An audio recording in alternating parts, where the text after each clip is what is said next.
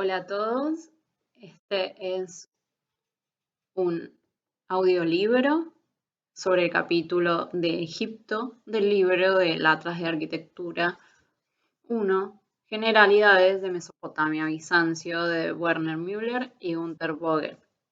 Yo lo que sugiero es que se escuche este audiolibro y este capítulo, como todos los siguientes, con el libro al lado. Y luego de escuchar cada uno de los audios, ir a buscar la información correspondiente a las plantas para poder ir siguiendo el audio con las imágenes y entender así los conceptos dedicados en el capítulo. Sin más, que empiece el capítulo de Egipto. De 2 a 20 kilómetros de anchura, con pocas ciudades y poblaciones más diseminadas. Su núcleo se encuentra en Tebas, en el recodo del Nilo. Las tierras del norte, el Bajo Egipto, abarca el delta en forma de abanico, con población más densa, y grandes ciudades de las que Memphis y Tanis, que Tanis es Auris, la ciudad de Ramsés, son las más importantes. Al contraste geográfico se añade la diferenciación de la población, según la raza y las tradiciones culturales y religiosas. El dualismo de la cultura egipcia, tan frecuentemente perceptible, tiene aquí muchas de sus raíces, al igual que la rivalidad política constantemente latente que amenaza una y otra vez la unidad del reino. Pero gracias a su aislamiento por el cinturón desértico, conoce Egipto largos periodos de desarrollo pacífico. La economía es fundamentalmente agrícola. Egipto es uno de los graneros del mundo antiguo. La producción depende de la inundación estival, la primera y la segunda crecida del Nilo, y de la forma en que ésta se reparte. Los principales centros de producción son las vastas propiedades del Estado, de los templos y de la nobleza, en las que también se desarrolla en un marco restringido un artesanado para la elaboración ulterior de esta producción. Minas, canteras, astilleros y fábricas de papel son empresas estatales. En torno a las grandes obras de las pirámides, templos y palacios se concentran talleres especializados. La ruta comercial interior de Egipto es el Nilo, pero el comercio privado solo se desarrolla en una modesta escala.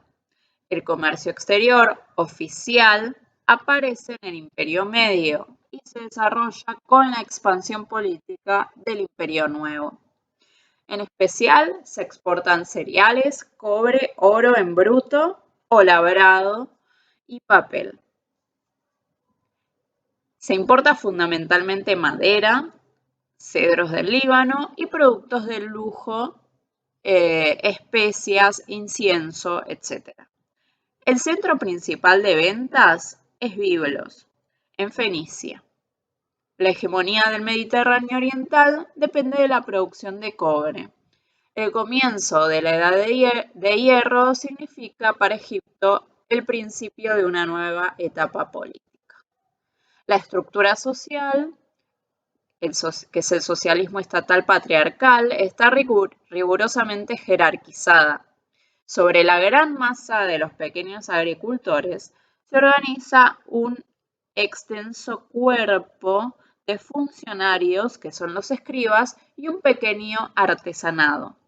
La clase dominante, compuesta por los grandes propietarios, los altos funcionarios del Estado y los sacerdotes, practica con éxito el nepotismo y acumula los cargos. La iniciativa política proviene del Palacio del Rey, que es el faraón y la dinastía como dinastía suprema. quien, situado en la cúspide de la pirámide jerárquica, goza de veneración divina y plenos poderes. La vinculación moral al concepto de justicia, ma'at, sirve de protección contra el abuso despótico. Mediante un largo proceso de las distintas religiones primitivas, se funden en un politeísmo optimista y sin dogmatismos, cuyos dioses son adorados bajo muchas formas materiales. Se les considera creadores y cuidadores del mundo, y están presentes en sus manifestaciones visibles, en las estaciones del año, las fuerzas de la naturaleza, los astros y el mundo viviente. Como hijo de los dioses, el rey dirige los destinos del país, mientras vive, y tras su muerte pasa del rango de dios temporal al dios eterno. A este gran panteón corresponde un culto de gran envergadura, con sacrificios, fiestas, posesiones y numerosos edificios de culto. Al igual que otras civilizaciones antiguas, la arquitectura es una función estatal. Las grandes construcciones entran dentro de las atribuciones reales. Gran parte del potencial económico del reino se consagra a construcciones oficiales.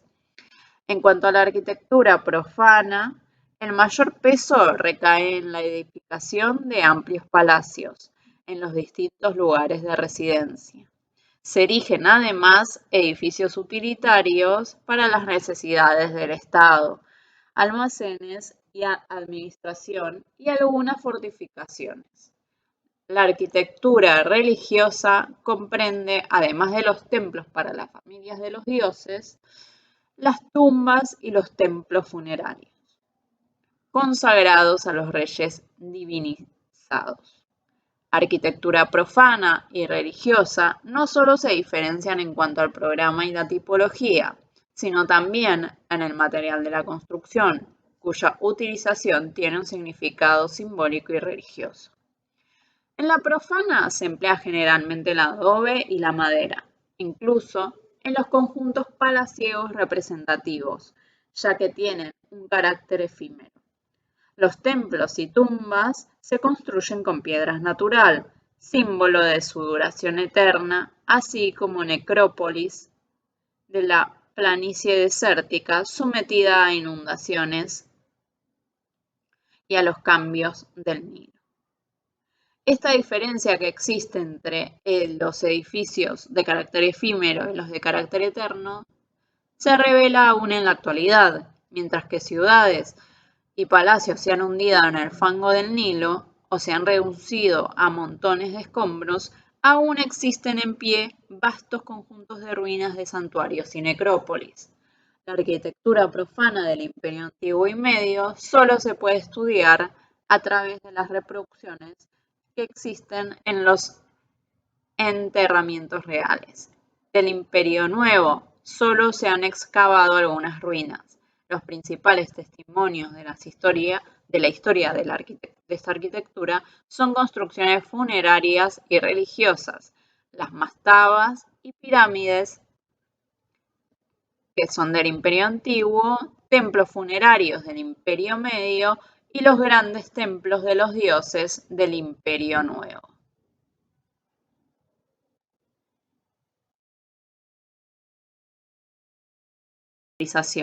De modelos tomados del mundo inorgánico, que serían formaciones rocosas, formas megalíticas, como también la estilización de formas vegetales, papiro, loto, palma, y como reminiscencia de técnicas constructivas primitivas, la construcción en madera, caña y arcilla. Una de sus características constantes es el dualismo de formas tectónicas y orgánicas. El carácter de las obras queda determinado según el estilo de la época y el programa, por el predominio de uno de los componentes o por el grado de combinación de ambos, que puede llegar incluso a una fusión total. Este dualismo se muestra especialmente marcado en los soportes. Las formas de soportes puramente tectónicas evidencian la relación constructiva estática que existe entre elemento sustentante y el elemento sustentado, aunque para los egipcios sea más importante el carácter de lo monolítico, de lo duro y de lo eterno. El pilar rectangular de granito del templo del Valle de la pirámide de Kefren y las columnas prismáticas o acanaladas de los templos funerarios del Imperio Medio pertenecen a la arquitectura funeraria, donde ha de darse la impresión de solemnidad y perpetuidad. Los soportes tectónicos son relativamente escasos. Muy apreciadas son en todas las épocas las columnas con atributos del mundo vegetal, especialmente las plantas heráldicas del Alto y Bajo Egipto, el loto y el papiro, plantas que solo pueden asumir funciones decorativas. Los capiteles de piedra más antiguos que se conservan pertenecen a columnas papiriformes de la construcción. Son estilizaciones monumentales del tallo triangular y de la flor campaniforme de un vigoroso naturalismo. También la flor de loto engendró una forma propia de capitel que muchas veces se mezcló con el papiriforme en el Imperio Medio y Nuevo. Se prefieren las columnas fasciculadas, estilizaciones de primitivos soportes decorativos realizados con tallos de juncos y papiros atados en haces. Los capiteles son variantes de dos tipos básicos, el abierto y el cerrado. La rigidez inicial es reemplazada en el Imperio Nuevo por voluminosos fustes cilíndricos, generalmente decorados con representaciones pictóricas que representan claramente la tendencia del colosalismo, que se generaliza a partir de la dinastía 18. Los capiteles palmiformes se remontan a las columnas de madera rematadas por hojas de palma. Su transposición a la piedra conduce a la estilización de los elementos esenciales: fuste, atadura y hojas de palma, como muestra un modelo de la dinastía V. La cornisa de gola es también una reminiscencia estilizada de la ornamentación vegetal primitiva. El osel que recorre los ángulos de los edificios proviene de los rollizos que eran atados a las estructuras de decorados o a los pilonos de arcilla para reforzar y recubrir los revestimientos de juncos. Las formas básicas tienen una gran persistencia. En parte se remontan hasta el Paleolítico y se mantienen hasta la época tardía, a pesar de los cambios de estilo. En esta constancia se fundamenta el carácter específicamente homogéneo de la arquitectura a lo largo de los milenios. La capacidad de los egipcios para adoptar continuamente a las formas de nuevos significados hace innecesaria la invención de formas nuevas. Toda forma constructiva es portadora para los egipcios de un complejo simbolismo. Apenas se puede disociar la funcionalidad y el simbolismo de un edificio o de una forma. La simbología de las formas es una de sus funciones primordiales, incluso muchas veces su única finalidad. Una única forma puede ser símbolo de múltiples manifestaciones, fuerzas y tradiciones. El dualismo tectónico orgánico, junto con la tradición y la simbología, forman una unidad indisoluble física y metafísica que es característica de la ideología egipcia, pensamiento mitopoético, en todas de sus manifestaciones, tanto en la teología como en la escritura jeroglífica. La escritura es, por ejemplo, una combinación de ideogramas, fonogramas y determinativos. Este principio del jeroglífico es también aplicable a la arquitectura, en especial a las formas que, a pesar de sus dimensiones, no son edificios ni partes de construcción alguna, sino más bien signos tectónicos como la pirámide o el obelisco. Ambos son a la vez forma individual y total, son formas absolutas. Tras su pureza geométrica se esconde un simbolismo múltiple. La forma clásica de la pirámide es el resultado de un largo proceso de abstracción estrechamente ligado al culto faraónico y a la religión del dios. La formación del obelisco pertenece también al mismo tipo de formas. El benben, piedra sagrada que tiene la forma de un monolito irregular cónico, menhir, se considera como su forma primitiva.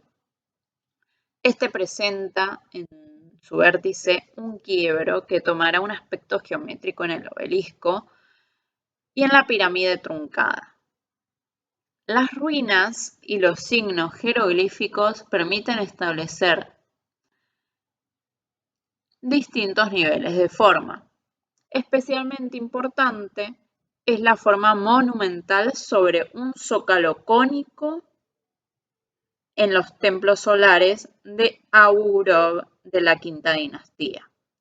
Finalmente, la clásica forma de aguja que permanece inalterada desde el Imperio Medio. El vértice, un piramidón, se recubre a menudo con una aleación de oro y plata. Las superficies laterales llevan inscripciones. El piramidón, pequeño elemento tallado de piedra muy dura, constituye también el vértice de todas las grandes pirámides. Solo ha llegado hasta nosotros el de la pirámide de Amenemés II, cuyo simbolismo confirman sus adornos e inscripciones.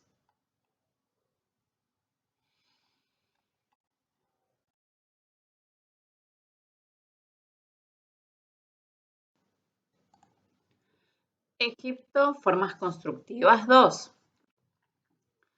Todas las obras arquitectónicas egipcias muestran una especie de aire familiar en todas las épocas. Sus rasgos esenciales se forman ya en la fase experimental primitiva, al comienzo del Imperio Antiguo, y se imponen plenamente en la época de las pirámides. La elección de masas arquitectónicas presenta en muchas construcciones una notable similitud con las formas monumentales del paisaje a lo largo del estrecho Valle del Nilo. Se busque o no una deliberada armonización, lo que sin duda existe una relación con la idea egipcia de monumentalidad. Pero lo más importante es el deseo de simplificación, al que corresponde la capacidad de abstracción y de reducción a formas geométricas simples. En lo que respecta a los edificios singulares, la arquitectura egipcia prefiere los volúmenes horizontales de líneas reposadas o bien verticales y cerrados. Incluso en los altos pílonos, a la entrada de los templos, se anula el movimiento vertical mediante el marcado de remate horizontal superior. Los grandes conjuntos comprenden generalmente una serie de volúmenes de diferentes alturas, construidos idénticamente y aislados del exterior por la fuerte horizontalidad de la muralla que les rodea, un cingel. Su recorrido es una sucesión de zonas de luz y sombra con elevados muros, puertas estrechas, patios abiertos y sombrías salas hipóstilas. El aspecto exterior depende en primer lugar del contorno formado por grandes superficies sin solución de continuidad. Al comienzo del Imperio Antiguo, junto a los elementos de grandes superficies, aparecen muros organizados plásticamente, como en las mastabas y la muralla que rodea el complejo de Zoser. Se revela aquí la influencia de Mesopotamia, ligada a los elementos de la construcción de estructura lineal. La pirámide escalonada de Zoser muestra también la misma preferencia por la libertad plástica de contornos. Con las pirámides de la Cuarta Dinastía prevalece la superficie pura continua, que desde momento formará bien en horizontal o en vertical los contornos de los volúmenes. Pero estas impresionantes siluetas puras no surgen solo mediante la renuncia a la organización plástica y la simplificación llevada al máximo.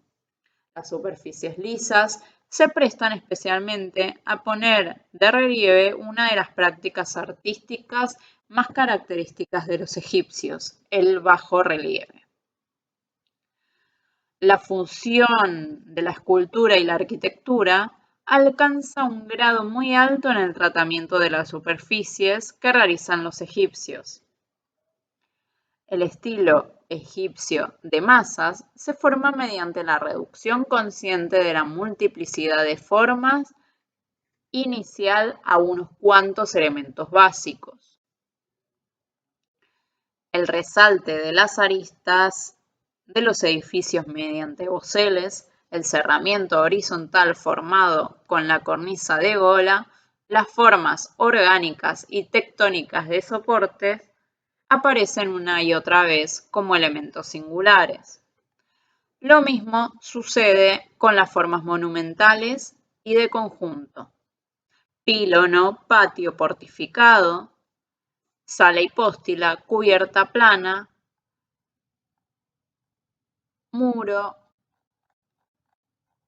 exterior desarrollado en longitud, pabellones para las barcas de los dioses y avenidas de esfinges son prueba constante de un canon de formas monumentales, que variarán incansablemente a lo largo de los siglos. El pílono es un elemento especialmente importante.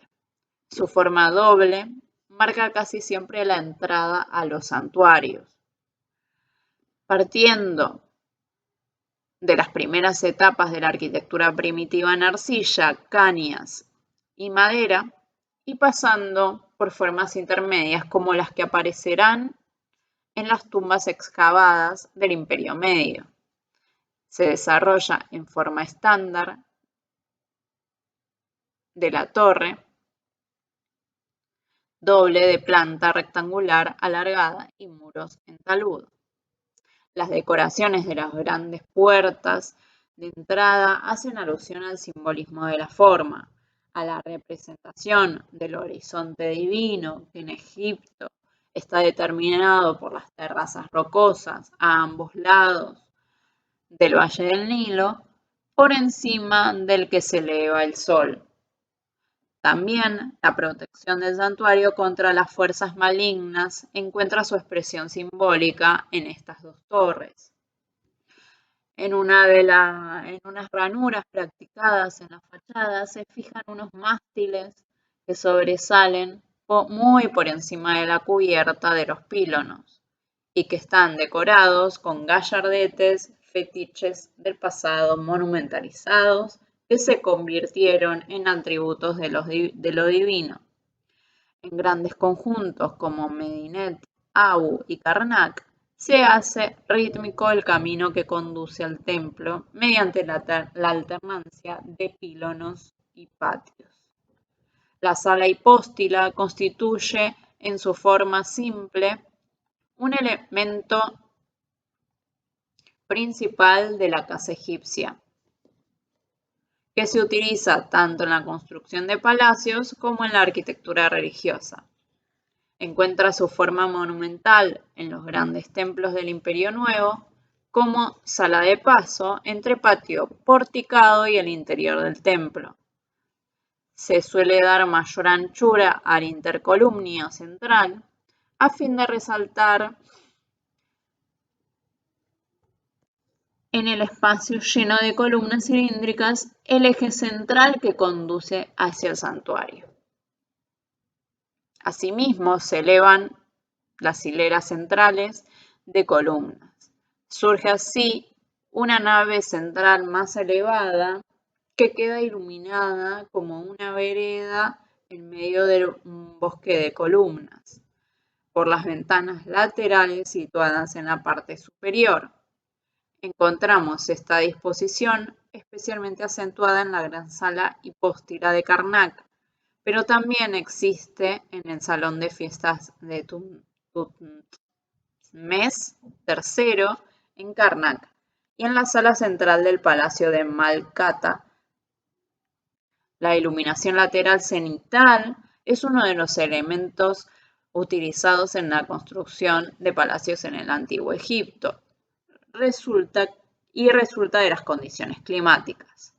La simetría y la construcción siguiendo el eje longitudinal son dos principios esenciales de la arquitectura egipcia, que expresa claramente el sentido de los egipcios por la proporción, la armonía y la normativa.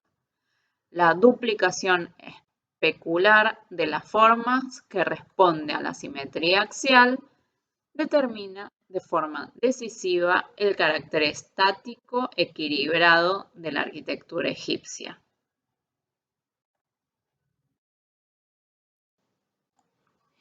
Egipto, tipología 1, urbanismo. Egipto es en la antigüedad un país densamente poblado. En contraste con los desiertos vacíos del norte de África, la población se aglomera en el valle del Nilo, concentrándose en ciudades de las que hasta la fecha solo han sido excavadas algunas partes. Los historiadores antiguos como Heródoto y Diodoro aportan una idea de la prosperidad e importancia de las grandes ciudades, pero no proporcionan ninguna información acerca de sus planos. Los comienzos, el desarrollo y los sistemas urbanísticos permanecen aún casi desconocidos. Las ciudades de la época primitiva surgen como plazas fuertes en las zonas de inundación, como mercados o residencias de los príncipes locales. En el delta, abierto al mundo exterior, el comercio origina el crecimiento de una sociedad burguesa urbana. Las ciudades residenciales del Alto y Medio Egipto conservan su carácter jerárquico. Las ideas directrices y los conceptos de planificación no llegan hasta que se realiza la consolidación en un estado unitario, cuya capital es Menfis. Su fundación y la construcción de la muralla, Menfis, que significa muralla blanca, se atribuyen al legendario rey Menes, pero la ciudad se remonta probablemente a la época en que reinó Zoser. En colaboración con los sacerdotes del dios Ta, su consejero y primer arquitecto, Imhotep inaugura al mismo tiempo la gran época de la arquitectura del Imperio Antiguo, con el conjunto de Zoser. Menfis se convierte en la primera gran ciudad del mundo antiguo. Se ignora aún si el plano de Tebas se inspiró en el de Memphis. En lo que respecta al urbanismo egipcio, se pueden extraer algunas ideas directrices a partir de los puntos de apoyo obtenidos hasta el momento. 1. Orientación según los puntos cardinales. Cuando lo permite la topografía, la dirección norte-sur es ventajosa para todo Egipto como eje natural. Por el contrario, para los santuarios se impone la dirección este-oeste, el recorrido del Sol. 2. Regularidad en la planta y en el trazado de las calles. Las superficies urbanas rectangulares regulares claramente delimitadas con respecto al exterior por las murallas. Sería una red ortogonal de calles y barrios de forma regular. Situación 3. Situación central de los santuarios y palacios, sobre todo en las grandes ciudades residenciales. Constituye claramente los centros gravitatorios en el corazón de la ciudad. 4. Agua en la escena urbana, en formas de canales, estanques y pequeñas lagunas enclavados en jardines. Esto daría un efecto benéfico en el clima urbano y vías de comunicación silenciosas y prácticas. 5. La organización espacial sociológica análoga a la estructura jerárquica de la sociedad. Hay barrios separados, diversidad de formas de calles y parcelas. Un claro ejemplo de la aplicación de estas normas es el plano de Khaum, pequeña ciudad próxima a la pirámide de Sesostris III, utilizada como ciudad residencial y administrativa a la vez, mientras se cultiva el Fayum en el Imperio Medio. El plano de la ciudad refleja claramente su función y su estructura social. En el recinto que encierra la muralla rectangular se sitúa al oeste, lado del viento desfavorable, un gueto de obreros, dividido en estrechas hileras de casas. Al norte, lado del viento favorable, están situadas las parcelas de las villas con grandes mansiones destinadas a los funcionarios reales. Junto a ellas, al sur y suroeste, se sitúan los barrios para la clase media, formada por artesanos, pequeños funcionarios y comerciantes con talleres y mercado.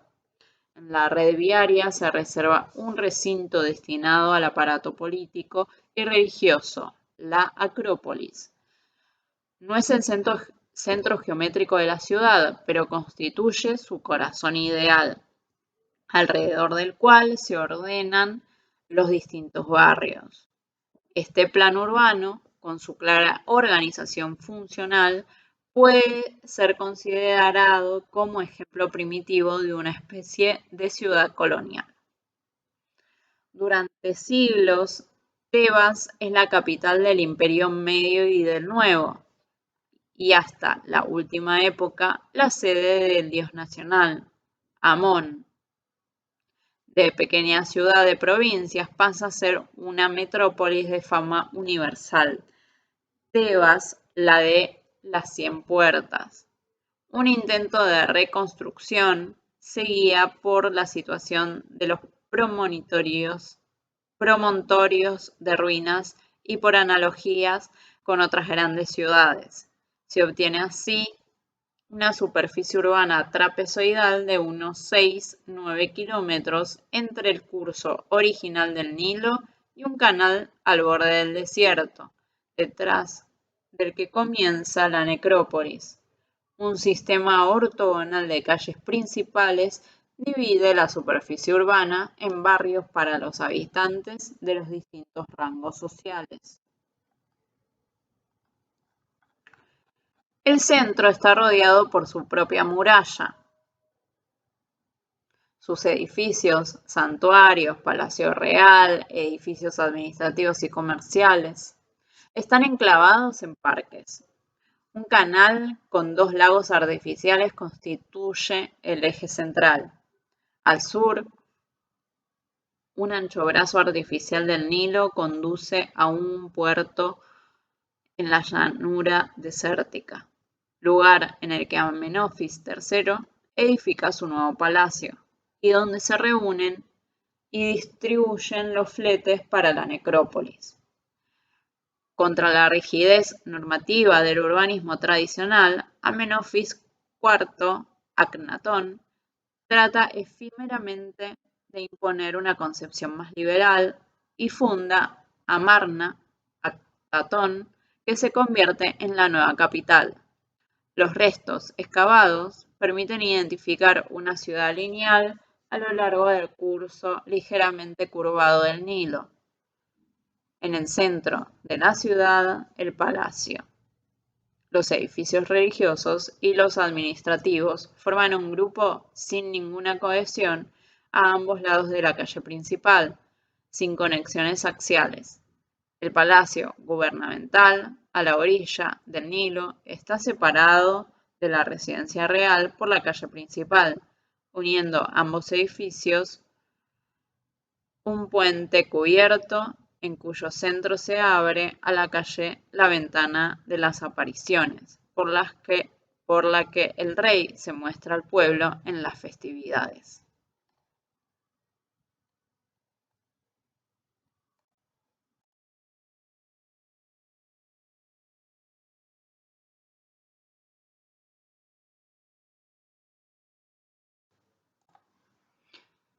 Egipto, tipología 2, vivienda y poblado. Fuera de la zona fértil, Egipto apenas ofrece posibilidades de habitabilidad. Granjas, poblados y ciudades han de establecerse en las tierras de labranza. La gran masa de la población vive en chozas de cañas y barro, entre diques y zanjas, en sus campos formados por el limo del Nilo. Solo se han conservado restos de algunas ciudades y poblados, que aportan datos sobre el hábitat y el poblamiento. Esta concentración obligada en ciudades y pueblos densamente poblados hace que las casas en hilera sean el tipo de hábitat dominante.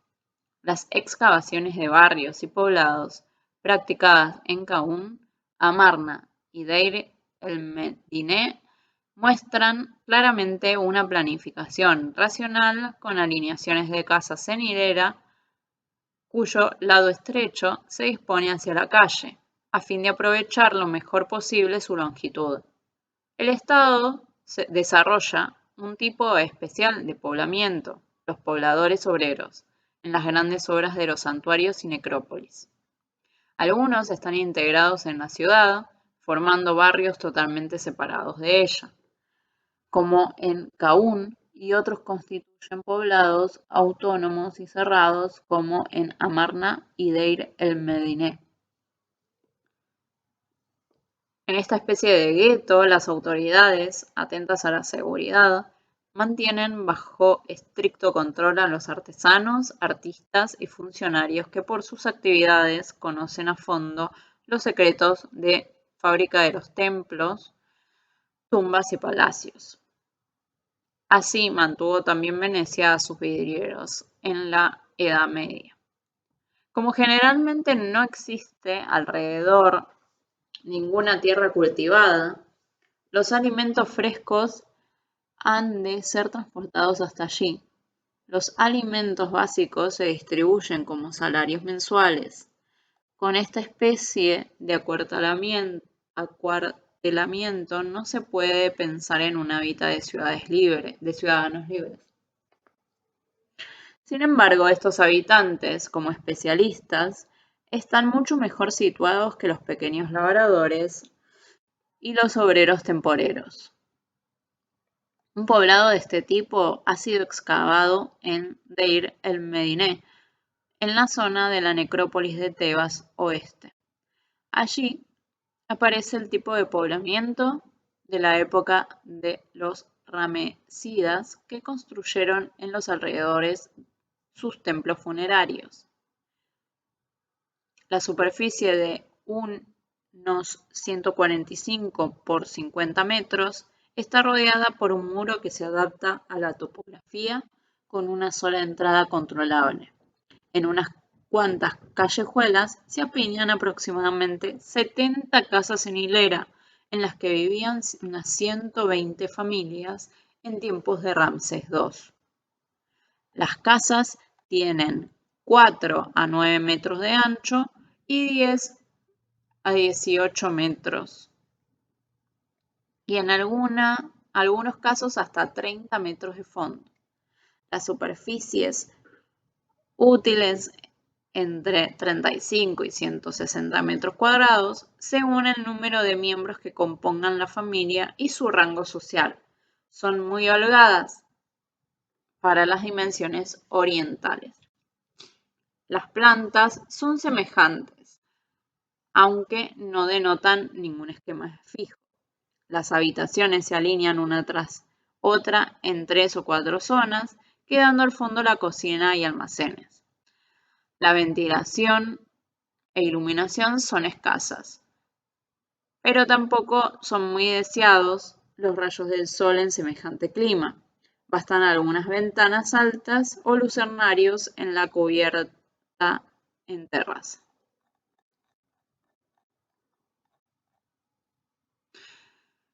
En otros poblados las viviendas están más rígidamente estandarizadas. Existe así un tipo único en Amarna y en el antiguo Caún. El tipo de Amarna se caracteriza por una parcelación totalmente regular por una misma orientación este-oeste, siendo la dirección de las calles norte-sur, dirección del viento, y por una planta idéntica con 3 zonas sucesivas. Las 73 casas se asientan sobre las parcelas de unos 10 por 20 metros, teniendo una superficie útil de unos 170 metros cuadrados, lo que supone una amplitud inusitada. Con esta idea progresista de construcción de viviendas sociales, Amenofis IV Akhenatón quedaría, al parecer, también en el esquema tradicional del gueto obrero, elevar la nueva capital por encima de las otras ciudades, en particular de la odiada Tebas. Las clases más elevadas de la población viven en espaciosas casas de patio, cuyos tipos provienen de la granja rural. Ofrecen posibilidades individualizadas de distribución en la sucesión de los distintos espacios. Sin embargo, debido al fuerte tradicionalismo que impregna el modo de vida egipcio, permanecen inalterados algunos de los elementos básicos. Lo más importante es la zona central, con la casa del señor, junto a la cual se sitúa generalmente la casa de la señora. La casa del señor se orienta hacia el norte, en el patio principal.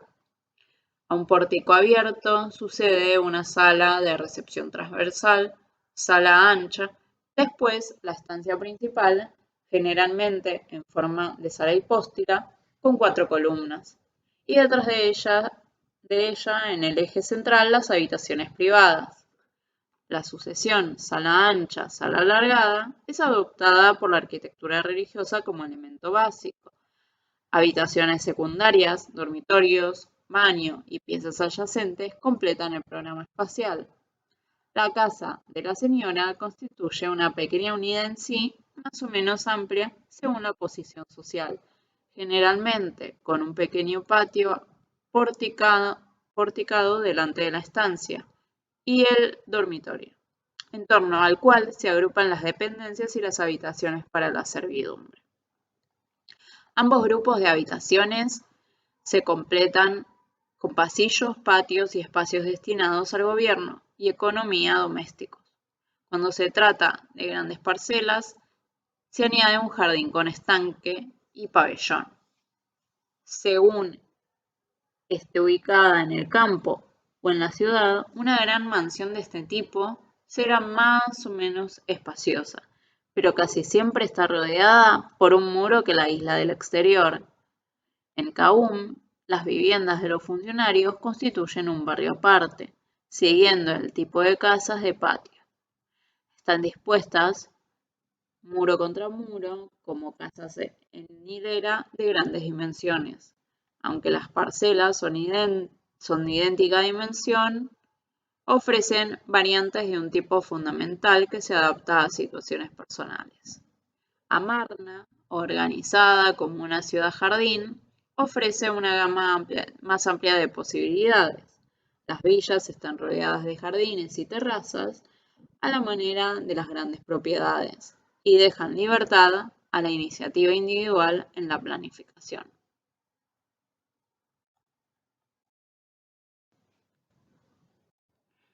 Egipto, tipología 3, palacios. El rey es considerado en Egipto como un dios reinante. Su palacio y la sede de su gobierno han de ser, por tanto, dignos de tan alto rango. En la época primitiva, el papel más importante en la evolución de la arquitectura egipcia recae sobre la construcción del palacio. Sin embargo, salvo algunos restos, los grandes palacios han desaparecido totalmente. Su forma primitiva se puede deducir de manera aproximada a partir de las reproducciones que existen en tumbas, sarcófagos y estelas del Imperio Antiguo. Las fachadas exteriores de las grandes mastabas y muchos sarcófagos presentan a menudo forma de fachadas palaciegas, con salientes en forma de torres.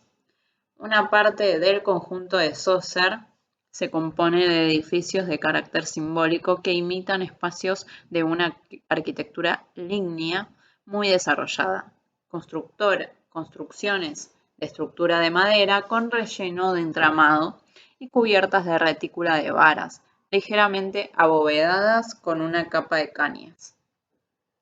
La arquitectura civil de las primeras dinastías, tal y como aparece representada en las tumbas, establece el carácter y la autonomía de la arquitectura egipcia. Las influencias mesopotámicas se funden rápidamente. En estas primeras construcciones aparece ya una serie de detalles que determinarán la arquitectura egipcia hasta la última época. Ventanas altas, enrejadas colocadas bajo la cubierta, techos de vigas, formas de capiteles y de cornisas. Presentan el aspecto de una arquitectura representativa, aún poco diferenciada, pero que responde a las exigencias del clima y a los materiales locales. La utilización de materiales orgánicos ligeros y las vistosas decoraciones le confieren un carácter solemne y en parte festivo. Apenas puede seguirse el desarrollo ulterior en sus grados intermedios. El edificio religioso y el enterramiento adquieren progresivamente su forma propia y no permiten extraer muchas conclusiones. Los primeros fragmentos de ruinas que se han excavado corresponden al Imperio Nuevo, sobre todo a edificios de la dinastía 18 de Tebas y Amarna. El palacio de Amenofis III en Malcata, en la periferia de Tebas, se erige en varias fases durante el largo reinado del faraón y su esposa Teje.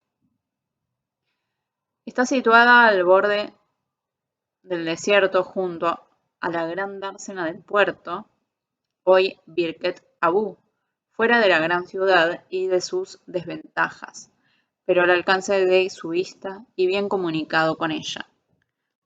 Al palacio gubernamental y a los grandes santuarios de Tebas se podía acceder tanto en barco como en carro, tan rápidamente como a las grandes edificaciones de la necrópolis situada a lo largo de la cadena montañosa occidental, y en la que se hallaba en construcción al templo funerario del propio faraón.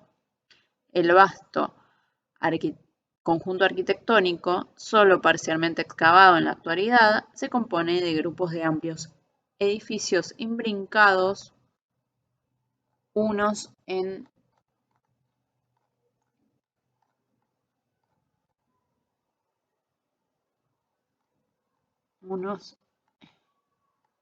en otros dispuestos en torno a grandes patios, plazas de armas y jardines. No se reconoce el plano exacto del conjunto.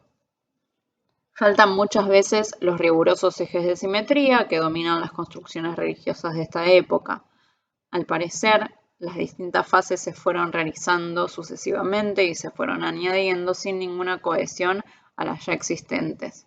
Lo que llama la atención es la desviación que presenta los ejes principales. El grupo septentrional está girado algunos grados hacia el este con respecto al grupo meridional y viene a seguir más o menos el eje longitudinal de la necrópolis situada al norte. Un patio alargado de grandes dimensiones constituye el centro del conjunto. A su alrededor se sitúan los bloques de edificios ligados entre sí de los 4 palacios y sus dependencias. Al suroeste se incorpora un barrio residencial para los altos dignatarios. Al norte cierra el conjunto un templo dedicado al dios estatal Amón.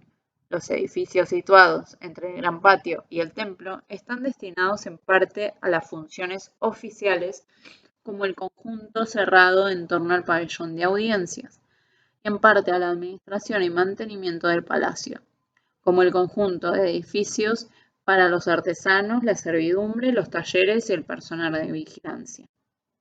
El centro principal, original, del conjunto es el grupo de los edificios oficiales destinados a vivienda de la pareja real, el Palacio del Rey y el Palacio Sur, perteneciente a la reina, situado junto a él. El Palacio del Rey, principalmente edificio del grupo de los situados al sur, está compuesto por 2 series de habitaciones totalmente distintas. La septentrional, que reúne diferentes salas del trono y de audiencias está destinada a las funciones oficiales. Su disposición parece estar determinada por la práctica de diversas funciones de gobierno, más que por criterios de protocolo. Le falta la habitual organización axial de los espacios concatenados. Por el contrario, sorprende la parte privada al sur, por la disposición rigurosamente simétrica de sus habitaciones principales, que sin embargo aquí es acertadamente funcional. La larga sala hipóstila central está flanqueada a ambos lados por grupos idénticos de habitaciones, cada una con 4 apartamentos, que sirven de vivienda a las favoritas del harén real. Al fondo se encuentra la vivienda real propiamente dicha, con una sala del trono privado con una antecámara, dormitorio y baño.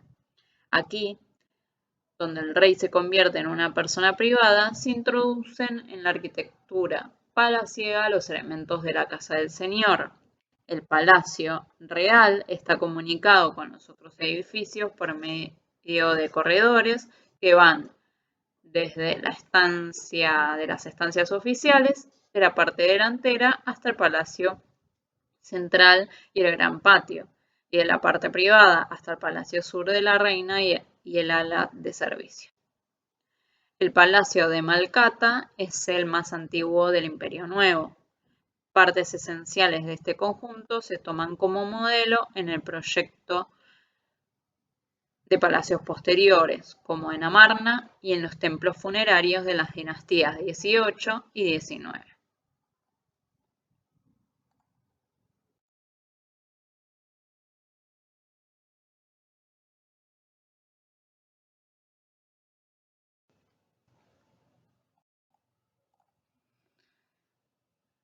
Egipto, tipología 4, santuarios. Los dioses egipcios componen una inmensa familia poliforme, constituida por la fusión de distintas tradiciones. El rey, como dios temporal, reinante, ha de asegurar para él y para su país la protección constante de los demás dioses. A este efecto está instituido el culto que se desarrolla en los santuarios, junto a la nobleza feudal y a los altos funcionarios. Numeroso grupo formado por la clase sacerdotal, de amplia influencia espiritual y gran poder económico, representa un importante factor político.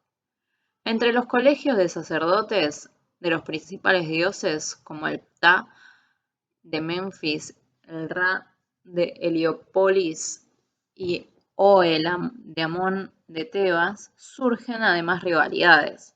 Las jerarquías perfectamente organizadas tienen diversas funciones importantes. 1. Sirven a los dioses como personal de servicio en el culto orientado a las estaciones del año y al curso del día. 2. Administran las grandes propiedades pertenecientes a los santuarios en calidad de fundación y almacenan los productos de estos. Y 3. Mantienen los archivos, bibliotecas, escuelas y talleres. Para todas estas atribuciones existen edificios, que en el caso de los grandes santuarios se convierten en partes enteras de la ciudad, talleres y edificios administrativos, por ejemplo. Entre ellos se intercalan los santuarios, propiamente dichos, dominando todo el conjunto con sus grandes edificaciones, con uno o más templos, y dentro de un recinto sagrado rodeado de murallas. Muchos de estos santuarios están comunicados entre sí mediante un sistema de vías sagradas, por las que desfilan las procesiones en las grandes fiestas, como en el Año Nuevo, después de la recolección o en los jubileos reales. Constituyen el cortejo de la imagen de Dios que viaja a bordo de una barca sagrada. El propio rey encabeza las más importantes de estas procesiones por tierra y agua. Las estaciones del camino están marcadas por pabellones, casetas estilizadas para la barca, ante la que se realiza en cada parada un sacrificio en solemne ceremonia. Así, por ejemplo, la imagen de la diosa Hathor recorre más de 100 kilómetros por el Nilo, desde el templo de Dándara hasta el de Horus en Edfu, para celebrar allí la boda sagrada. Una red viaria especialmente densa une el templo de Amón en Karnak con los santuarios vecinos y el del templo de Luxor. Algunas de estas vías cruzan el territorio de la ciudad de Tebas, en forma de largas avenidas de esfinges bordeadas de palmeras. Un camino une Karnak con la necrópolis de Tebas oeste y conduce hasta el Valle de los Reyes, con sus enterramientos reales. La planta del templo funerario de Hatshepsut está totalmente organizada para recibir la barca sagrada. Su eje es, en línea recta, una continuación del eje principal de Karnak. A partir del Imperio Medio se va desarrollando durante muchos siglos el templo de Amón en Karnak, hasta convertirse en un santuario nacional. Con la ascensión al trono de los príncipes de Tebas, bajo Mentuhotep, Amón, el dios de la ciudad, es promovido junto con 1000 sacerdotes al rango de dios supremo y se funde con otros dioses, como Horus y Ra. Para él y para su familia divina se erige el centro de Tebas, el actual Karnak, un conjunto de 3 santuarios. El más pequeño, el santuario de Montu, puede ser considerado como el tipo normal por sus dimensiones y su decoración. La combinación del templo principal, templo secundario y capilla se repite a mayor escala en el santuario de Mut, la esposa del dios Amón. El templo principal, reconstruido por Amenofis III, está parcialmente rodeado por un lago sagrado. Además de este, hay aún otros 2 templos secundarios dentro del recinto amurallado, el de Amenofis III y el de Ramsés III. El santuario principal de Amón, llamado Trono del Mundo, rompe todos los esquemas comparativos en lo referente a las dimensiones. A lo largo de muchas dinastías se van edificando alrededor del templo inacabado del Imperio Medio, una sucesión de salas abiertas y cerradas de dimensiones colosales. En el eje principal se suceden 6 parejas de pílonos. entre los pilonos 2 y 3 se construye en la época de los ramesidas, en lugar de un patio abierto, la gran sala hipóstila, con sus 134 columnas. En la parte posterior cierra el templo principal el salón de fiestas de Thutmese III. En el patio situado detrás de la gran sala hipóstila, en el que se alzan dos obeliscos, desemboca lateralmente un segundo eje principal que proviene del santuario de Mut y que está también compuesto por una sucesión de patios y pilonos monumentales. A través de esta vía procesional se relaciona la pareja divina. En algunos de los patios se incorporan lateralmente otros edificios de culto. Un templo de Ramsés III, una capilla con 3 cámaras de Seti II y templos conmemorativos en honor de Tumsés III y Amenofis III. De los numerosos edificios religiosos restantes que se encuentran en el interior del recinto principal, se han excavado hasta la fecha los templos del dios hijo Khonsu, de Ptah, de Osiris y de Ipet, así como otros edificios de Ramsés III, de Psamético y Targa. Parte de estos edificios rodeaban el gran lago sagrado rectangular. Las masas de ruinas que hay dentro del recinto de Amón permiten deducir que alrededor del templo de Dios principal se agrupaban pequeños templos y capillas dedicados a casi todos los dioses importantes.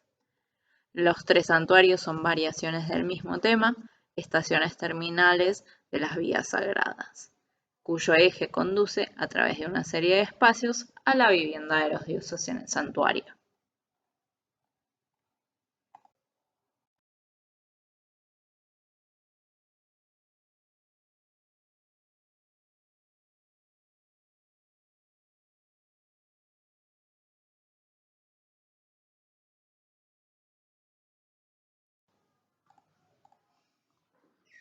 Egipto, tipología 5. Templo.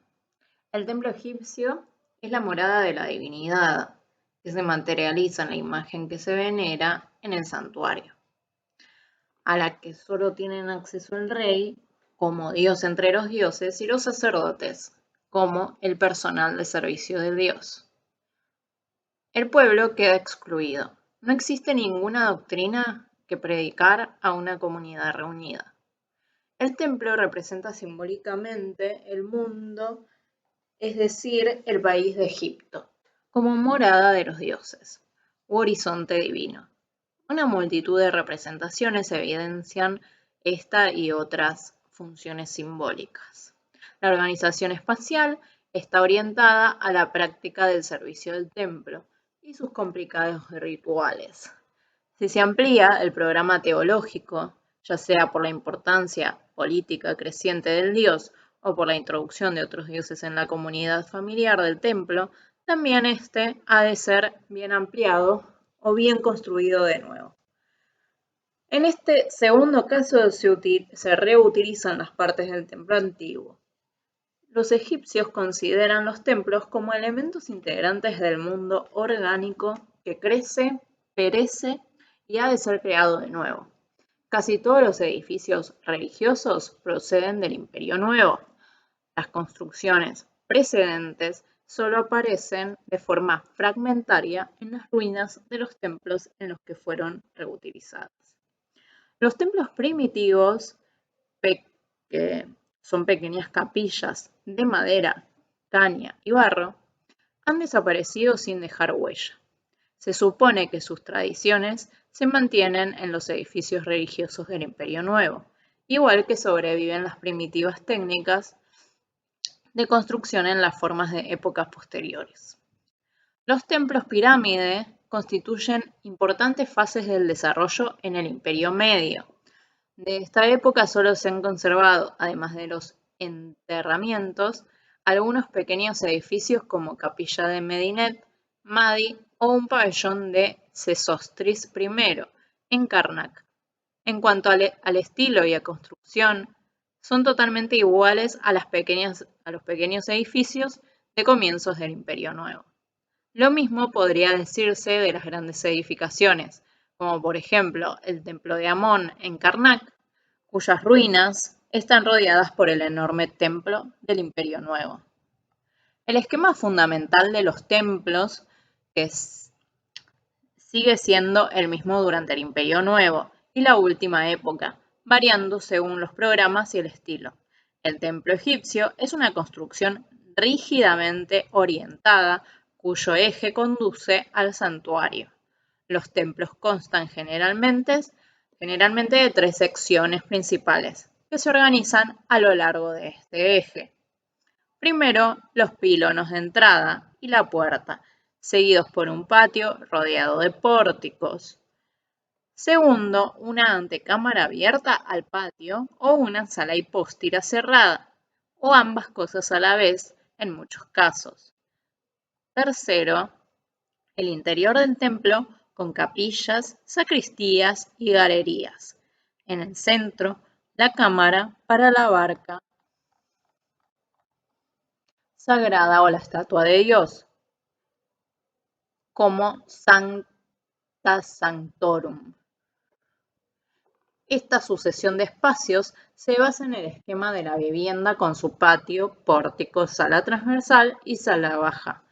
El camino hacia el santuario discurre a través de una serie de puertas y espacios abiertos y cerrados que producen un ritmo de apertura y cierre, acentuado por el constante cambio de luz, cuya intensidad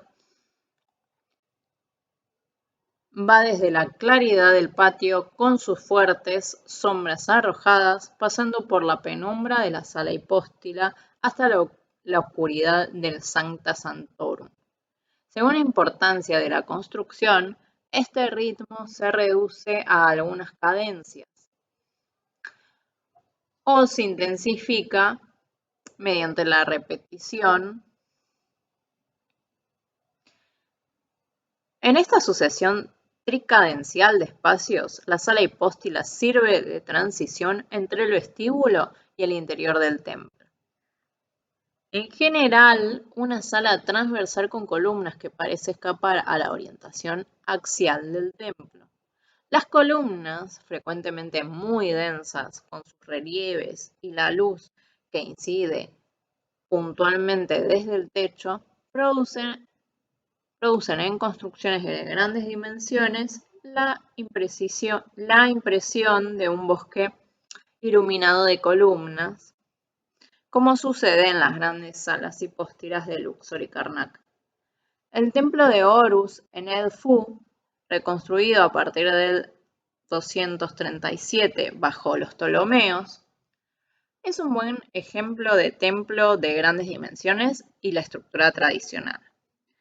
Tras los pílonos, que destacan rigurosamente, aparece el patio porticado y a continuación la antecámara, que, con sus altos muros de piedra, constituyen ya casi un espacio interior.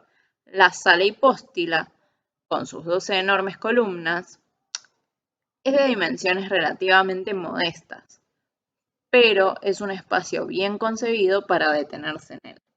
Después de otra sala transversal diáfana, viene la zona principal con la cámara de la barca, rodeada por una serie de capillas y otras habitaciones reservadas al culto. El eje del camino destaca claramente mediante la serie de puertas y el alineamiento de las columnas.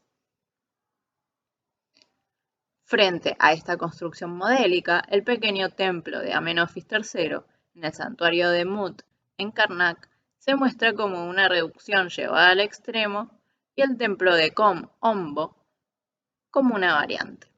Este último, además de sus reducidas dimensiones, tiene 2 ejes paralelos y un santuario doble. Servía de morada a 2 dioses de igual rango. A partir del Imperio Medio, el mayor santuario es el templo de Amón en Karnak. El principio fundamental y los elementos del esquema del templo aparecen aquí multiplicados y ampliados a escala gigante, a lo que hay que añadir las inhabituales sucesiones de espacios y la introducción de otros templos y capillas. Únicos en su género son, sobre todo, la gran sala hipóstila, surgida al transformar un patio en la época de los Ramesidas, las salas de los anales a ambos lados del santuario y el salón de fiestas de Tutmés III.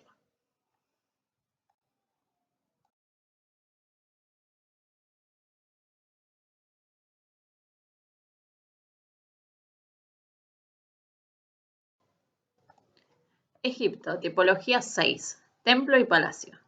El templo funerario de Ramsés III en Medinet Habu, la última gran construcción monumental de los Ramesidas, es una combinación de templo, palacio y fortaleza, una ciudadela del poder real dentro de la extensa ciudad de los muertos de Tebas Oeste. Su planta repite el esquema de Rameseum, que Ramsés II había construido 100 años antes como templo funerario propio, a unos 1,5 kilómetros hacia el norte, en la misma situación sobre las terrazas desérticas del macizo montañoso occidental. Ambas construcciones pueden considerarse como síntesis y potenciación del programa para el culto funerario de los faraones, que se desarrolla en el Imperio Nuevo. En la dinastía 18 comienza con Amenofis I la separación de tumbas y templos conmemorativos. Surge en Tebas la serie de grandes templos funerarios del Imperio Nuevo, a los pies del macizo montañoso occidental. Los edificios cobran cada vez mayores dimensiones y la actividad constructiva comienza tradicionalmente con la subida al trono de cada rey. En la montaña, casi siempre en el Valle de los Reyes, se excava en la roca a mucha profundidad la tumba propiamente dicha. El templo se construye en la meseta desértica delante de la capital y de sus santuarios. Sus dimensiones y magnificencia han de perpetuar la gloria del rey.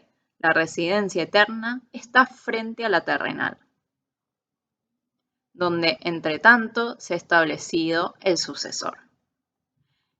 Estos templos funerarios cumplen la misma función que las pirámides del Imperio Antiguo, junto a la antigua capital de Menfis.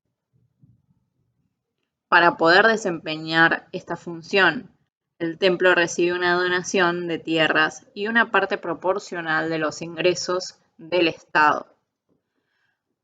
A este fin se dispone de almacenes y la correspondiente administración. Junto al rey también se adora a los dioses, a cuya familia pertenece este. En la vida de los reyes, los templos funerarios se utilizan como templos de los dioses. Están integrados a la red de los caminos sagrados, en las peregrinaciones de las imágenes de culto y en las ceremonias de las grandes fiestas. Los reyes de la dinastía 19 trasladan su residencia al delta, que sería Tanis, la ciudad de Ramsés. El santuario nacional y sus influyentes sacerdotes permanecen en Tebas. Horemheb añade ya un palacio a su templo funerario erigido en la necrópolis de Tebas. Comprende los edificios necesarios para el rey, que solo permanece aquí en calidad de huésped, para el séquito que le acompaña y para escolta de seguridad. Los templos que ya existían dentro del área de construcción se integran al nuevo conjunto de edificios. Los últimos exponentes del desarrollo que aquí se inicia son el Rameseum y el conjunto de Medinet Habu. Pero mientras que el Rameseum muestra aún carácter civil en Medinet Habu, destaca claramente el carácter dominante de fortaleza. Este nuevo aspecto expresa el agravamiento de la situación política interior y exterior al final del Imperio Nuevo. El Imperio egipcio está en constante lucha defensiva contra los enemigos exteriores, que son los pueblos marítimos y los libios. En el interior existen rivalidades, disturbios, dificultades de aprovisionamiento y huelgas. Ramsés III será finalmente víctima de una conspiración palaciega. La capital, Tanis, ciudad de Ramsés, está próxima a la frontera amenazada. En cambio, los lugares sagrados de Tebas, en el Alto Egipto, están relativamente seguros contra enemigos externos. Ramsés considera la situación. Convirtiendo templo y palacio en fortaleza, consigue, primero, proteger las cuantiosas provisiones y riquezas allí almacenadas. Segundo, crear para las épocas de crisis internas y externas, un baluarte en el Alto Egipto, en el centro de los grandes santuarios del Estado que disponen de importantes medios económicos y políticos. El trazado de Medinet Abu sigue el ejemplo del Ramesseum, aunque su organización es más rígida y su estructura más clara. El núcleo está formado por un templo monumental, cuya estructura y partes esenciales coinciden con la de los grandes templos dedicados a los dioses del Imperio Nuevo. Dos parejas de pílonos, dos patios porticados, antecámara, sala hipóstila y un santuario con cámaras anejas constituyen la típica sucesión de espacios a lo largo de un eje de simetría al final de la vía sagrada. El templo está rodeado por grupos de edificios que albergan viviendas para los sacerdotes, el personal y la administración, la guardia del palacio y sus oficiales, además de caballerizas, almacenes y locales administrativos. Un muro fortificado de 4 metros de altura cierra este complejo interior. De él forma parte también el Palacio Real, al suroeste del primer patio. La sala de audiencia, situada en el centro, está dividida en 3 partes y tiene delante la ventana de las apariciones, por las que el rey se muestra a una gran multitud en las festividades. Detrás de la sala del trono se encuentra la vivienda del rey con sus habitaciones adyacentes. Junto a ella aparece un pequeño harén con 3 apartamentos iguales, que constan de antecámara, estancia, dormitorio, vestidor y baño. El rey solo habita aquí con un pequeño séquito. Este conjunto interior de palacio y templo está totalmente rodeado por edificios destinados al personal y a la administración. El cerramiento exterior de todo el conjunto está constituido por una muralla de 17 metros de altura, cuyas puertas y coronamiento de almenas siguen modelos asirios. Las 2 puertas monumentales, y especialmente la puerta grande, situada al sureste, corresponde al tipo más moderno de fortificaciones de la época. Los pisos superiores de sus torres, de 22 metros de altura, están unidos, formando una vivienda destinada a estancias ocasionales del rey y de sus damas. Desde allí se puede contemplar la ciudad de Tebas, el ir y venir del Nilo y el embarcadero situado ante la puerta.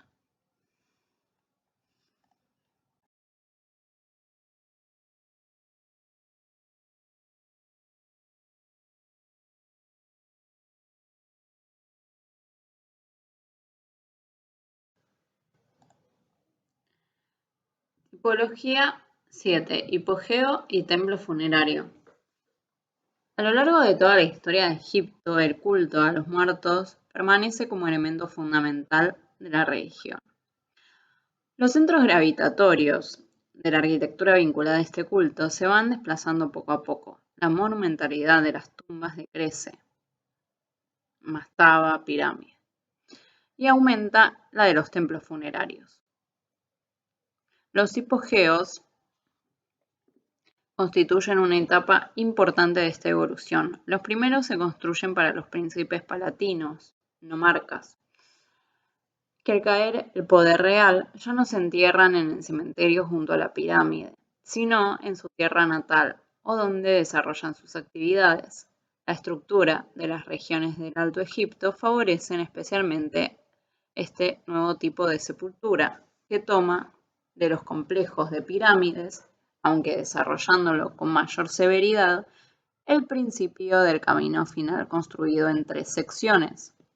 En las primeras construcciones sencillas, como en Asuán, la dinastía sexta, un camino escarpado con escalones y raíles de piedra ascienden por la pendiente desde el pequeño embarcadero a orillas del Nilo. Termina a media altura en una terraza con vistas hacia el este. La sala transversal que hay a continuación está excavada en la roca. En el centro de esta se encuentra el altar para los sacrificios y en la pared rocosa del fondo se abre un nicho que alberga una puerta falsa. Aquí desemboca el eje camino que asciende por la montaña.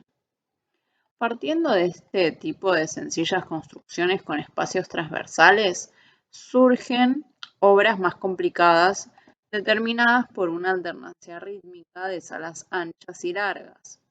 Esta evolución se prepara en los templos pirámides y se continúa en las tumbas reales y los templos del Imperio Nuevo.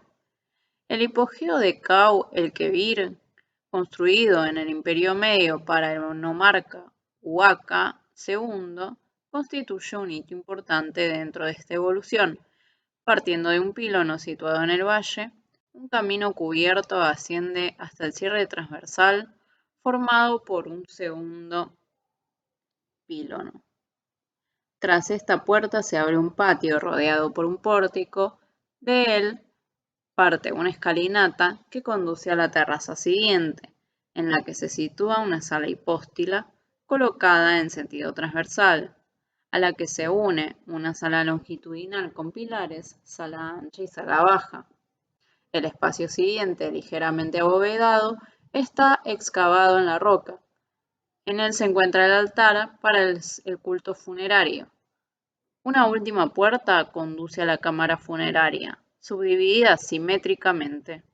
El agrupamiento de espacios interiores y exteriores apunta ya al gran templo funerario de Hatshepsut.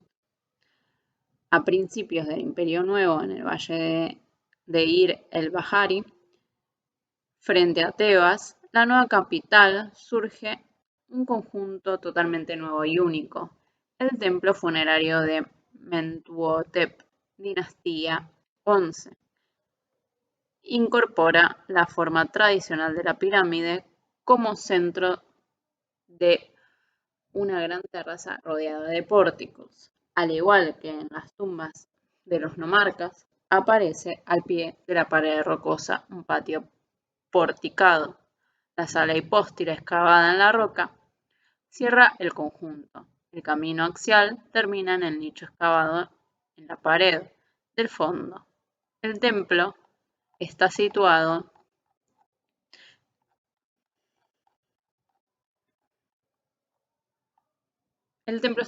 sobre una amplia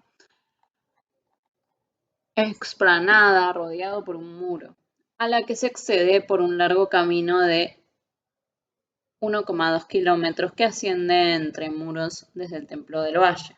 Unos 500 años después, se edifica al lado del templo funerario de la reina Hatshepsut de la dinastía 17.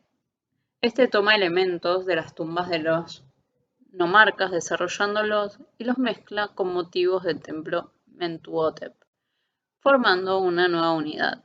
En el camino de acceso, una avenida de esfinges se prolonga idealmente el eje principal del santuario de Karnak, cruzando la ciudad de Tebas. Esta avenida termina ante los pilonos de la terraza inferior, que con sus esfinges, estanques y árboles hace las veces de atrio del templo. Desde aquí una rampa sube a la segunda terraza, cuya fachada está formada por un pórtico. La siguiente rampa conduce a la planta superior del templo propiamente dicho.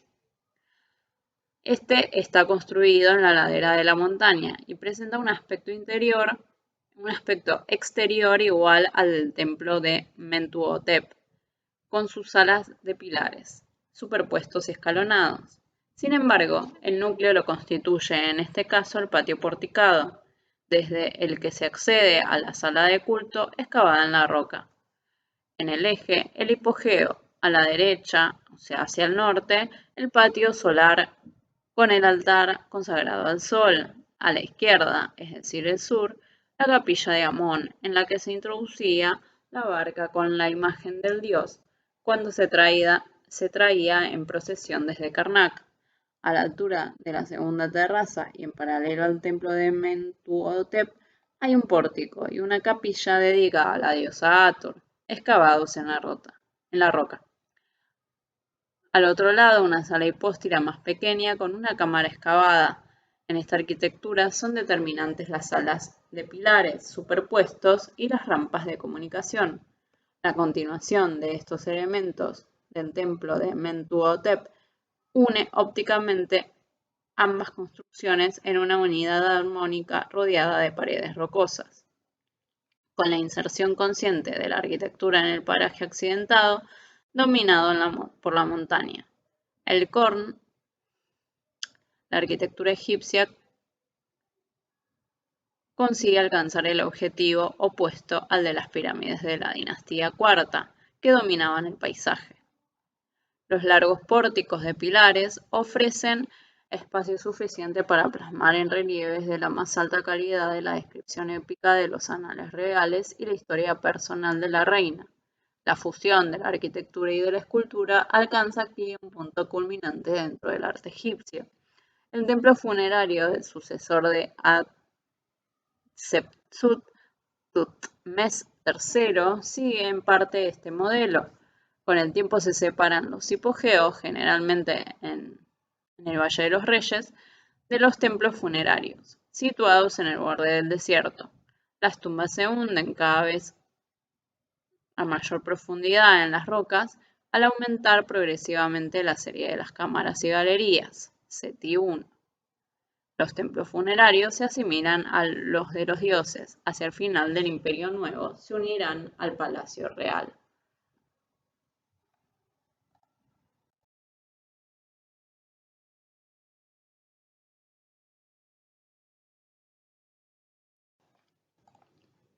Egipto, tipología 7. Mastaba y pirámide.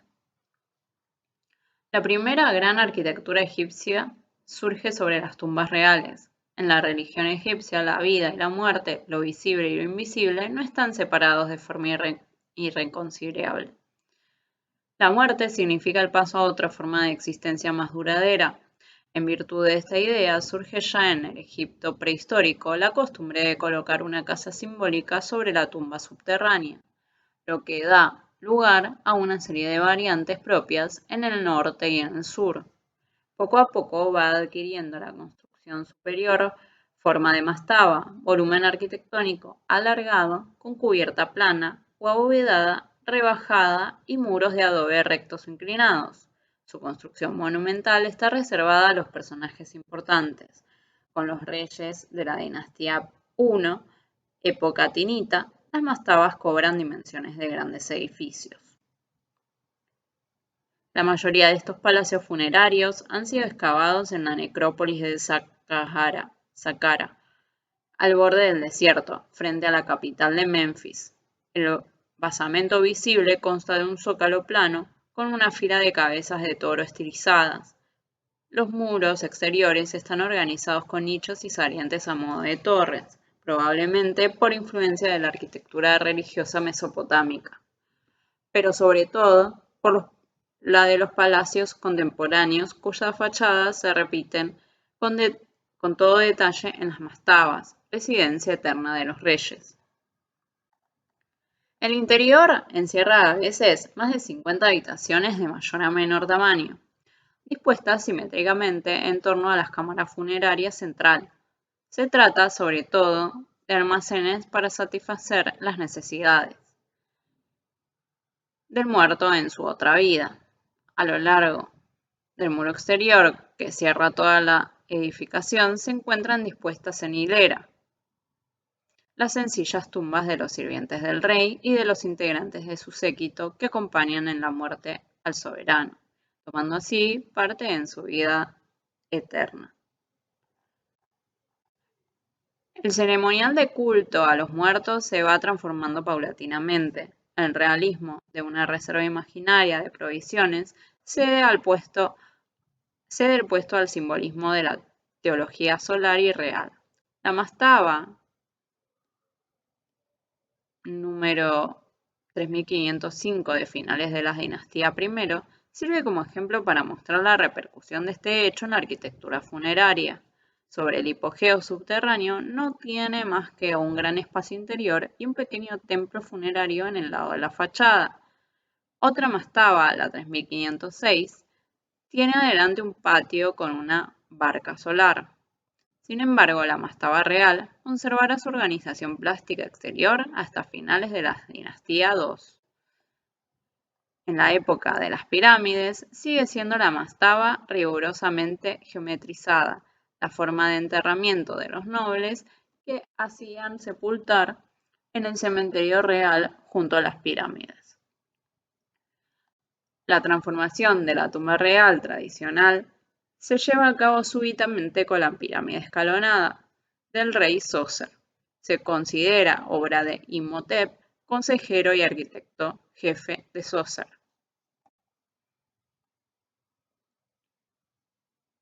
en cuyo reinado prospera Egipto rápidamente.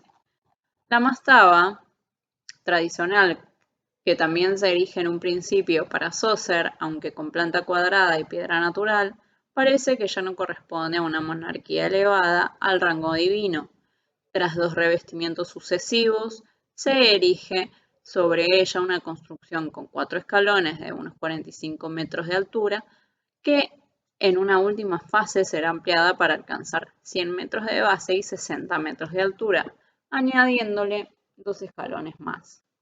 Esta primera hazaña de la arquitectura egipcia representa el símbolo de una nueva época, que solo es posible sobre la base del poder del Estado centralizado y su legitimación teológica. Además de sus numerosas funciones políticas, Imhotep desempeña también el cargo de gran sacerdote del dios Ra de Heliópolis, cuyo culto se une al del rey, formando así una nueva religión del Estado. La Gran Pirámide escalonada es el centro de un amplio recinto sagrado. Este conjunto de Zoser enfrente de Menfis representa la residencia eterna del rey. Junto a estos elementos de arquitectura funeraria ampliados hasta lo monumental, aparecen formas constructivas tomadas de la residencia temporal, arquitecturas de madera, adobe y cañas interpretadas en piedra natural, material más duradero. La construcción de Zoser reúne las formas y técnicas existentes en un primer modelo egipcio de conjunto, del que se conservarán elementos importantes hasta el final del Imperio Nuevo. Al mismo tiempo, se impulsan experimentalmente en esta obra las técnicas de la construcción monumental en piedra. Rodea todo el conjunto una muralla de 545 metros de longitud, de norte a sur, y 277 metros de este a oeste.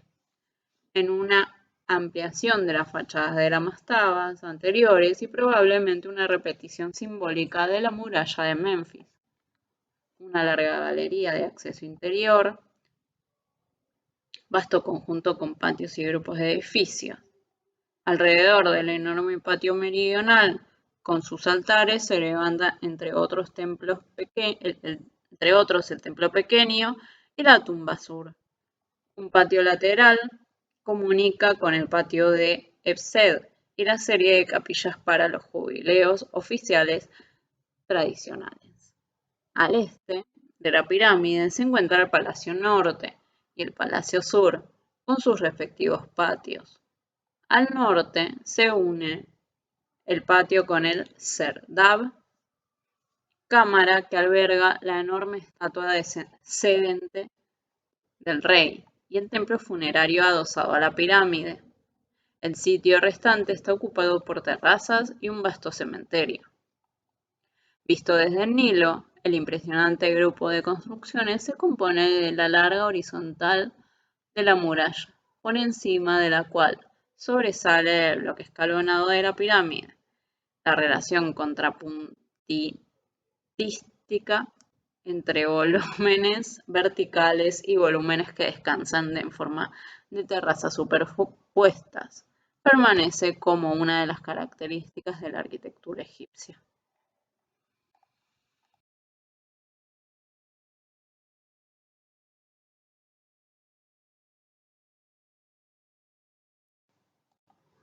Egipto, tipología 10. Pirámides. La pirámide clásica está construida a base de formas geométricas simples.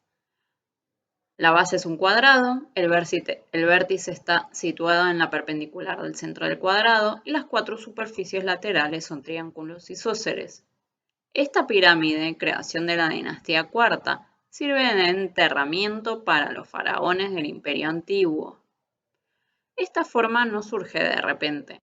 Su trayectoria histórica comienza con la pirámide escalonada de Djoser en Saqqara. Las construcciones posteriores quedan inacabadas. El rey Snefru, dinastía cuarta, ensaya tres tipos de pirámides. La pirámide truncada, de Dachur, cambia a media altura su ángulo de inclinación, pasando de 54 grados a 43. La vecina pirámide roja tiene una inclinación continua de 43 grados. Se ha hallado el principio. Mediante su recubrimiento con superficies triangulares se reduce a la forma piramidal una construcción escalonada inacabada en Meidum. Las pirámides de Gizeh, construidas para los faraones Keops, Kefren y Miquerinos, alcanzan un sensible aumento de altura mediante su mayor ángulo de inclinación, 51 grados, llegando hacia la proporción clásica. La pirámide de Keops tiene 230 metros de base por 146,60 metros de altura.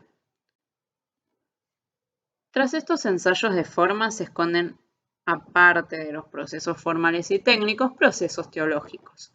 Los impulsos decisivos provienen del culto del dios solar Ra de Heliópolis. La interpretación de la pirámide como símbolo de un haz de rayos solares por el que el Ka, alma, fuerza espiritual creadora, del faraón, asciende hacia el sol, parece confirmarse en el texto del Piramidón de Amenemes. Tercero, la técnica de construcción de las pirámides se prepara ya en la edificación de las grandes mastabas, con un revestimiento exterior y un núcleo. A partir de aquí se desarrolla en las pirámides de Djoser y Snefru un tipo de construcción combinada con capas horizontales y verticales, semejante a la estructura de una cebolla. En torno a un núcleo interior cónico se van colocando capas de piedra casi verticales. Su ligera inclinación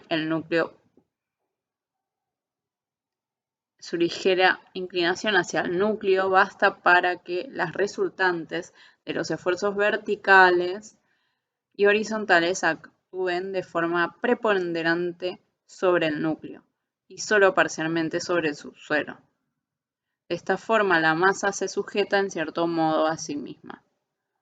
La construcción en capas separadas permite además equilibrar las tensiones y asientos dentro de la enorme montaña artificial.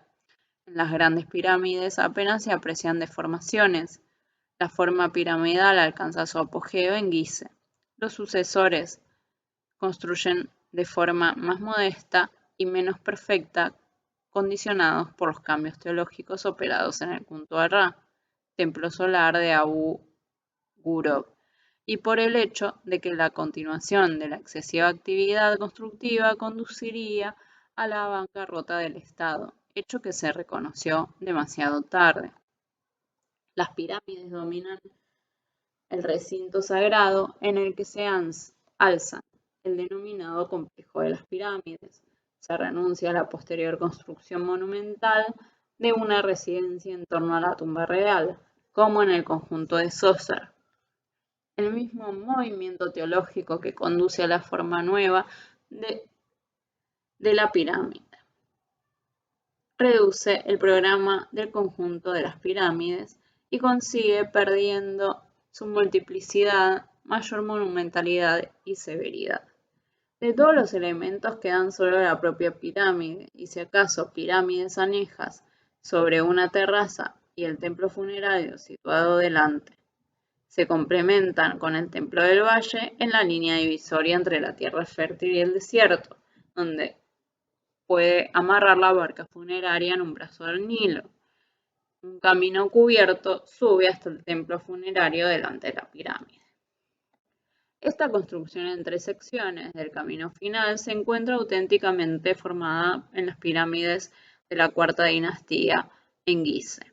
El cementerio real está sobre la meseta desértica, a unos 30 metros por encima de la tierra fértil.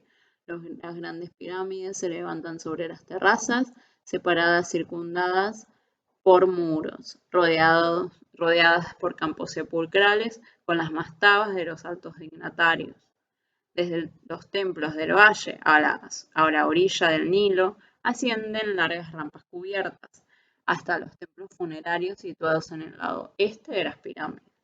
Las barcas reales, convertidas en barcas solares, se encuentran en cámaras independientes alrededor de la pirámide.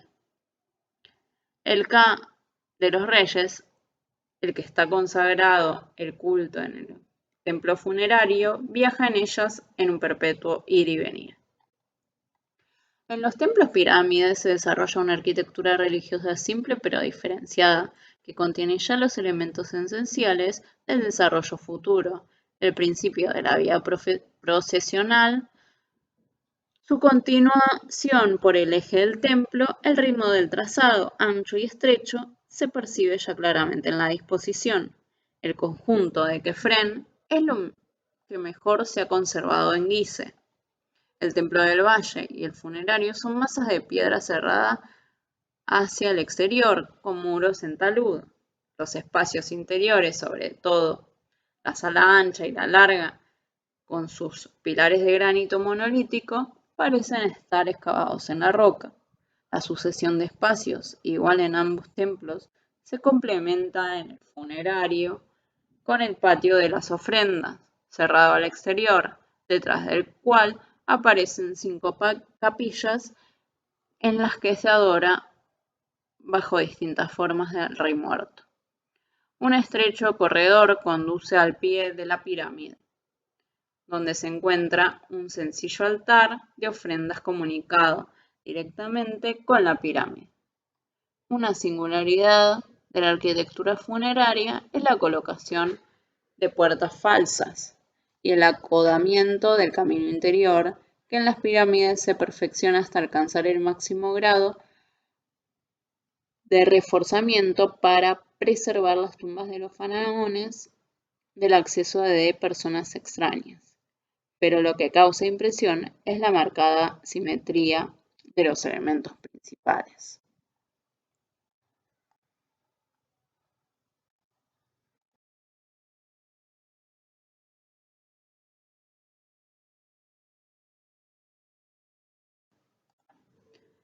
Egipto: fundamentos religiosos de la arquitectura y conclusiones.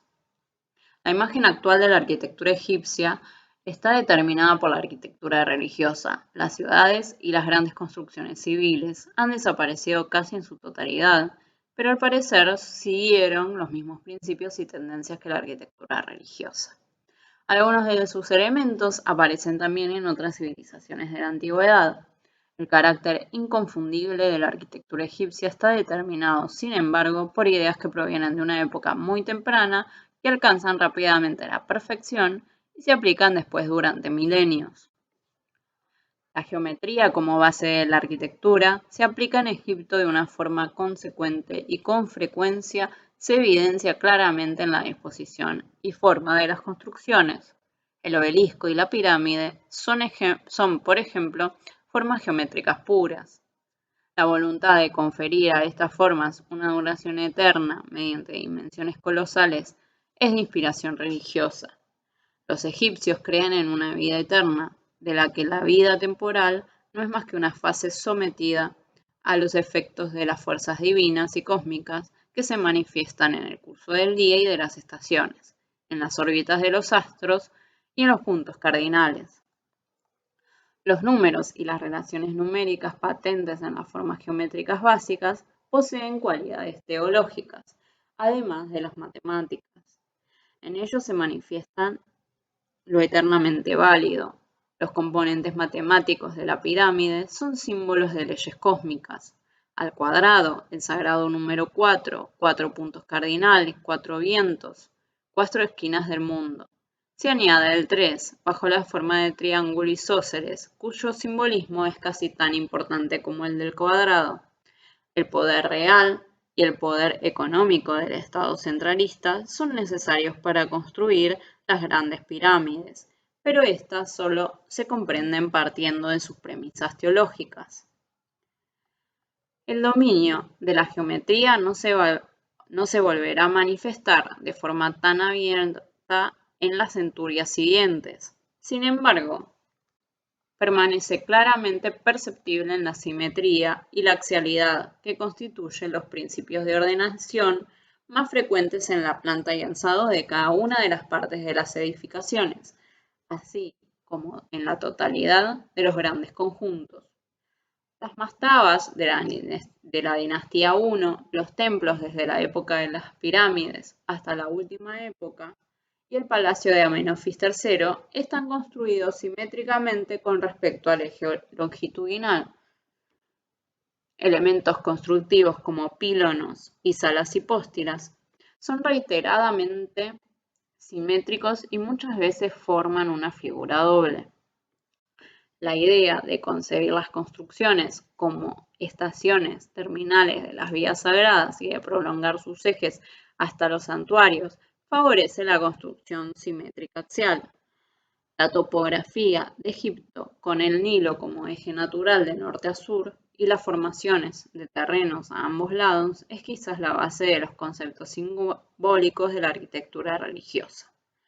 La ordenación de las construcciones en ejes de simetrías horizontales y verticales y el rango divino de la geometría explican en parte el sentido altamente desarrollado de los egipcios. Tenían de la armonía, la medida y la proporción. Las relaciones de la sección áurea son tan conocidas como algunas series de proporciones aritméticas que se basan en las medidas naturales, como el palmo, el pie y la vara. Esta última es, en dos variantes, el módulo que toma la arquitectura. El palmo constituye la medida básica de las cuadrículas que se utilizan para la proporcionalidad de los relieves y de las pinturas murales. En la correspondencia de estos dos módulos, una vara es igual a 6 o 7 palmos. Reside una de las razones de la fusión, muchas veces total, de la arquitectura y las artes plásticas. La precisión de la construcción en piedra natural alcanza en Egipto la suma perfección. La agrimensura ejercitada en las instalaciones del riego permiten orientar también con toda exactitud edificaciones monumentales como las pirámides, así como construirlas a plomo y alineadas. La talla de la dura piedra natural sigue una antigua tradición del Neolítico, época en la que ya estaba muy desarrollada la técnica del pulimiento de la piedra. La arquitectura plana, la talla de los jeroglíficos y bajorrelieves en superficies duras y lisas requieren una construcción en grandes piedras, casi sin juntas, cuya precisión solo se vuelve a alcanzar en Grecia 2000 años más tarde. La continuidad de la arquitectura egipcia obedece a las arraigadas tradiciones religiosas, constante en lo fundamental. En lo fundamental aparece, sin embargo, marcada por el cambio y es lo suficientemente flexible como para, junto al canon, dejar de ver en cuanto a campo libre a las grandes individualidades. El conjunto de Djoser del principio de la época de las pirámides, los templos solares de la dinastía V, los templos funerarios de Mentuhotep y de Hatshepsut, el salón de la fiesta de Tutmés Tercero, los templos excavados de Abu Simbel son creaciones individuales geniales o tentativas de gran envergadura que mantienen vivo el interés por la tradición sin destruirla. La proximidad a la naturaleza y la abstracción constituyen un dualismo característico de la arquitectura egipcia.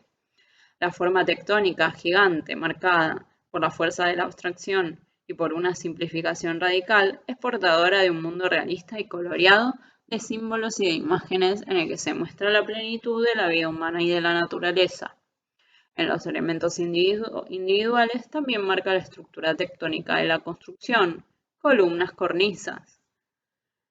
Esta relación carente de dogma, de aparentes contraposiciones, permite la integración total de la escultura en la arquitectura, la inserción de los paneles de escritura, de las escenas simbólicas realistas en bajo relieve y pinturas murales de las representaciones astronómicas, solo es posible con tal grado de perfección debido a que el complejo pensamiento de los egipcios concibe la totalidad del mundo como una coincidencia de contraposiciones.